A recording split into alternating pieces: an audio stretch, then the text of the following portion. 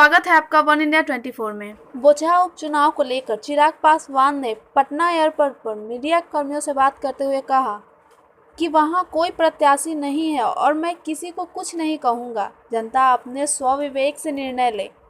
पिछले विधानसभा के चुनाव में भी जनता ने स्वयं निर्णय लिया था और एक बात स्पष्ट कर दी थी कि मुख्यमंत्री को कोई भी जनादेश नहीं मिला था। बोचहा में नीतीश कुमार नहीं लड़ रहे हैं, लेकिन उनके सहयोग बीजेपी चुनाव लड़ रही है। वहां की जनता इस बात को जानती है कि आने वाले समय में उनका प्रतिनिधित्व कौन बेहतर कर सकता है। अपनी तरफ से कोई राय मशवरा बोचहा की जनता को नहीं देना चाहता। बोचहा की जनता की बुद्धि विवेक को चुनौती नहीं दे सकता मैं। आगामी 14 अप्रैल को भीमराव अंबेडकर की जयंती लोजपा रामविलास मनाएगी और इसको लेकर चिराग पासवान ने कहा कि हमने 12 जनपद में भीमराव अंबेडकर की प्रतिमा लगाई है और हम इसको पूरे बिहार के कोने कोने में लगाएंगे। हमने बिहार सरकार से भी बर्खास्त किया था, लेकिन बिहार सरकार ने इसको लेकर कोई पहल नहीं किया है, जिसके बाद अब पार्टी की ओर से यह कार्यक्रम किया जाएगा। चिराग पासवान ने हाजीपुर रेलवे स्टेशन का नाम बदलने को लेकर भी केंद्रीय रेल मंत्री अश्विनी वैष्णव से मुलाकात की है और कहा है कि हाजीपुर रेलवे स्टेशन का नाम रामविलास पासवान के नाम पर रखा जाए, जिसके आने वाली पीढ़ियों को उनके बारे में पता चल सके। इलेक्शन हो रहा है, अभी तक 27 मतदान।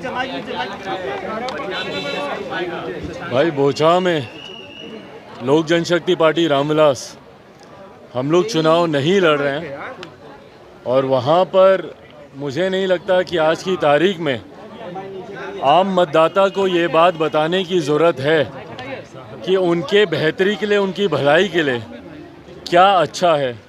मुझे लगता है पिछले विधानसभा के चुनाव में भी जनता ने स्वयं निर्णय लिया था और एक बात उन्होंने ज़रूर स्पष्ट कर दी थी कि मुख्यमंत्री कोई भी हो, पर जनादेश मौजूदा मुख्यमंत्री नीतीश कुमार जी का पुनः मुख्यमंत्री बनने के लिए जनादेश नहीं मिला था। इसीलिए उनको तीसरे नंबर की पार्टी बनाया गया। आधे से ज़्यादा उनके प्रत्याशी चुनाव हार गए। पिछले एमएलसी के भी चुनाव में पुनः उन्होंने तीसरे नंबर का अपना रिकॉर्ड कायम रखा, उसमें भी तीसरे नंबर की ही पार्टी मुख्यमंत्री नीतीश कुमार जी की बनी है। बहरहाल बोचहा में वो नहीं लड़ रहे हैं, पर उनके सहयोगी एनडीए की तरफ से भारतीय जनता पार्टी वहाँ पर चुनाव लड़ रही है। मुझे लगता है कि अब बोचहा की जनता इस बात को भली भांति जानती है कि आने वाले समय में उनका प्रतिनिधित्व कौन बेहतर कर सकता है, नहीं कर सकता है।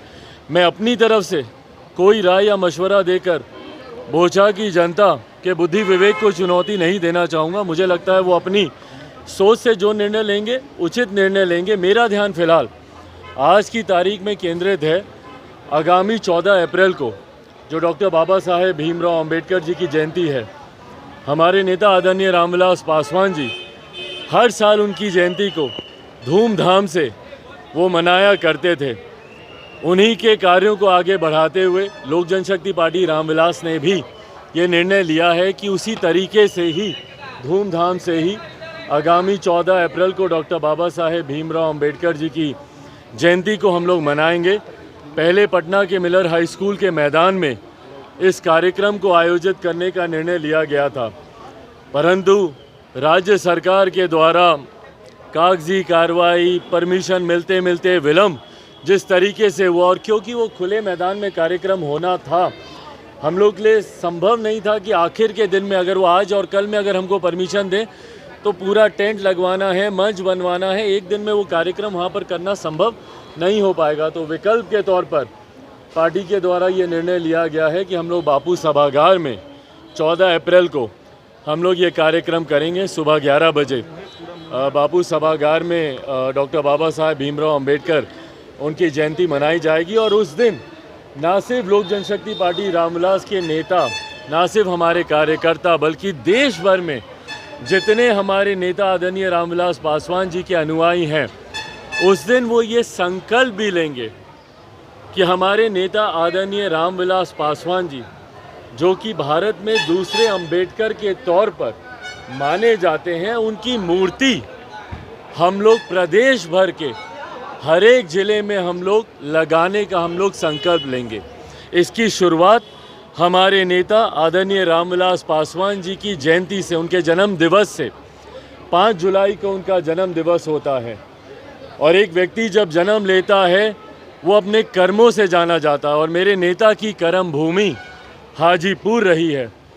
हाजीपुर मेरे नेता आदरणीय रामविलास पासवान की वजह से जाना जाता है। मेरे नेता की पहचान हाजीपुर की वजह से 2 बार Guinness book of world records में उनका नाम दर्ज कराया, वो हाजीपुर की जनता है। तो उनकी कर्म भूमि पर सबसे पहली उनकी मूर्ति, बहरहाल सबसे पहली उनकी मूर्ति मैंने उनके घर, उनके आवास पर लगवाई थी 12 जनपद पर, जहाँ पर एक लंबा समय रहकर और सामाजिक न्याय का केंद्र उन्होंने उस घर को बनाए रखा। मंडल कमीशन लागू करने का महत्व, निर्णय लेने की बात हो, अनुसूचित जाति जनजाति एट्रोसिटी एक्ट में जब बदलाव की बात हो, उसको यथास्थिति पर लाने का निर्णय उसी घर में लिया गया।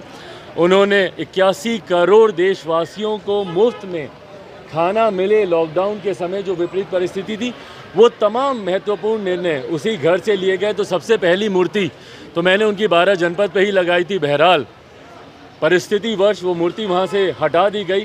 तो अब ये फैसला लोक जनशक्ति पार्टी रामविलास के तमाम नेता कार्यकर्ताओं ने लिया है कि आगामी 5 जुलाई को सबसे पहले उनकी मूर्ति उनकी कर्म भूमि हाजीपुर में लगाई जाएगी, और उसके बाद उनकी पुण्यतिथि के दिन, जिस दिन उनका दुखद निधन हुआ था, उस दिन उनकी जन्मस्थली शहर बन्नी में उनके गांव पर हम लोग उनकी इस मूर्ति की हम लोग स्थापना करेंगे। और साथ ही में ये संकल्प लोक जनशक्ति पार्टी रामविलास के तमाम कार्यकर्ता नेता जो उस दिन बापू सभागार में मौजूद होंगे, ये तमाम वो नेता, तमाम उनके अनुयायी ये संकल्प लेंगे कि आगामी आने वाले समय में बिहार के